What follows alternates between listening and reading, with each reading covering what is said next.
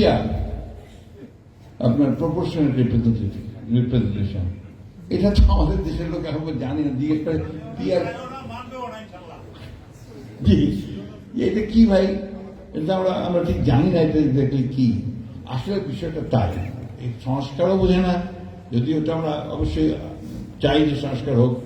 সাধারণ মানুষ কিন্তু চাই যে একটা নির্বাচন হোক, সেই নির্বাচনটা থেকে নতুন সরকার আসুক, যে সরকারটা তারা নির্বাচিত করতে পারবে, যে প্রতিনিধি তারা নির্বাচিত করবে, তাদের কথা বলার লোক তারা পার্লামেন্টে নিতে চায়। এ খুব সহজ হিসাব, খুব বড় হিসাব নেই এর মধ্যে। আপনারা দেখুন, গণতন্ত্রের সূতিকাগার দেখতে বলি আমরা ইংল্যান্ডে দেখেন, অনেকে আছেন প্রায় ইংল্যান্ড থেকে পড়াশোনা করে এসেছেন। এখানে তো এত সমস্যা নাই, এমনকি ভারতবর্ষ পর্যন্ত এত সমস্যা নাই, সংবিধানই নাই। তো এই যে আপনার বিষয়গুলো তৈরি করা হচ্ছে, কেন এই বিতর্কগুলো তৈরি করা হচ্ছে, কেন? এর পেছনে যদি আপনি মনে করেন যে এমনি করা হচ্ছে, তা না, এর পেছনে একটা বিশেষ উদ্দেশ্য আছে। সেই উদ্দেশ্যটা সেই একেবারে ফিরে যাবেন, সেই উদ্দেশ্যটা সেই একেবারে ফিরে চলে যাবেন এরশাদ সাহেবের ক্ষমতা দখল করার জন্য। এই দেশে গণতন্ত্রকে চলতে দিতে চায় না। একটা মহল আছে যারা বারবার গণতন্ত্রের গলা টিপে ধরে, এমনকি শেখ মুজিবুর রহমান ওই কাজটা করেছেন, একদল ব্যবস্থা করেছেন, তাই না?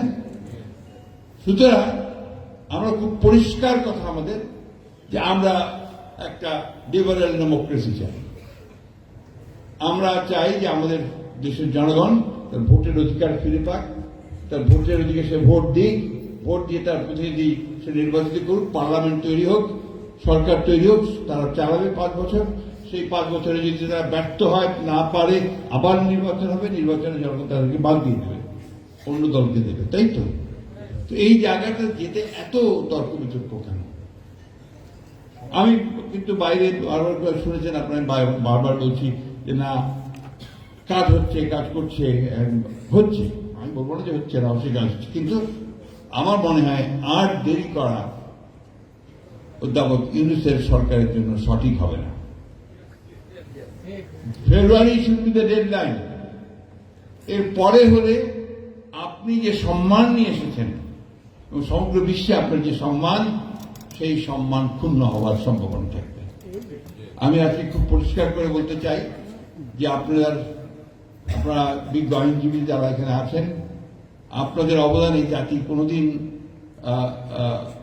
ভোলা উচিত নয়, এবং স্বীকৃতি দেওয়াটা সবচেয়ে বড় প্রয়োজন। কারণ এই আন্দোলন আমরা করেছি আপনাদেরকে সঙ্গে নিয়ে, সামনে নিয়ে, আপনাদের পাশে থেকেছেন বলে আন্দোলন করতে সক্ষম হয়েছি। একদিন আসলে এখন নয়, প্রতিবারই আপনারা সেটা করেছেন। তো সুতরাং আপনাদেরকে ওই কথা ভাবছেন কেন? বারবার যখন আপনারা বলছেন যে আপনাদের মূল্যায়নের প্রশ্ন, মূল্যায়ন তো আমরা করেছি আপনাদের সঙ্গে থেকে সবসময়, এবং সেই মূল্যায়ন আমরা করতেই থাকবো। এই কথা আগে তো আপনি দেখেন, আগে বেশিরভাগ লয়াররাই পার্লামেন্টে যেতেন। এই এক্সারসাইজ আসার পরে, হাসিনা আসার পরে না আপনার এটা সব অন্যান্য লোকজন এসে ঢুকে পড়েছে, 70% ব্যবসায়ী এসে পড়েছে। তো ওই জায়গাটা এখন আসবে, নিশ্চয়ই দেখবেন যে আপনারাই বিজ্ঞ মানুষ যারা তারাই সামনে আসবেন, যোগ্য বোঝার মানুষের সামনে আসবেন। তো একটা কথা আমি আপনাদেরকে বলি, খুব সতর্ক থাকতে হবে। আমরা কিন্তু খুব একটা আপনার সূক্ষ্ম তারের উপর দিয়ে যাচ্ছি, কিন্তু চারদিকে আপনার আমার চেয়ে ভালো জানেন, চারদিকে খোলা রাখেন, চোখ কান খোলা রাখেন, দেখবেন কতগুলো ঘটনা ঘটছে। এই যে ঘটনাগুলো আলামত ভালো না, এদিকে একটু লক্ষ্য রাখতে হবে সরকারকে। আপনার পত্রপত্রিকা খুললে, টেলিভিশন দেখলে, তাহলে কিন্তু কিছুটা পরিষ্কার হবে আপনাদের কাছে। সব কথা সব জায়গায় খুলেও বলা যায় না, কিন্তু আমি আশঙ্কা করি যে আমরা যদি ঐক্যবদ্ধ না থাকি, আমরা যদি সতর্ক না থাকি, তাহলে যে 11 মতো ঘটনা ঘটা এখানে অস্বাভাবিক কিছু নয়।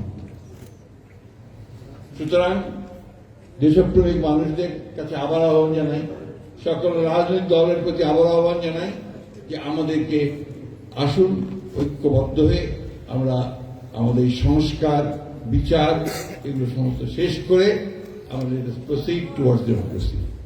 গণতন্ত্রকে চলতে দিন, গণতন্ত্রকে তার নিজস্ব পথে চলতে দিন। দুর্ভাগ্য বাংলাদেশের এটাই এই দেশে হয়নি। যখনই শুরু হয় তখনই বাধা আসে, যখন শুরু হয় তখনই সেটাকে নষ্ট করা হয়, ভেঙে দেওয়া হয়।